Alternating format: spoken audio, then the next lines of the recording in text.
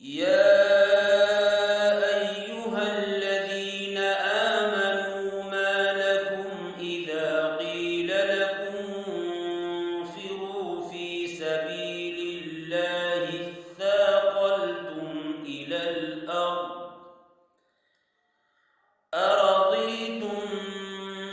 بالحياة الدنيا من الآخرة فما متاع الحياة الدنيا في الآخرة إلا قليل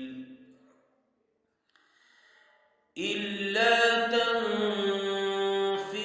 يعذبكم عذابا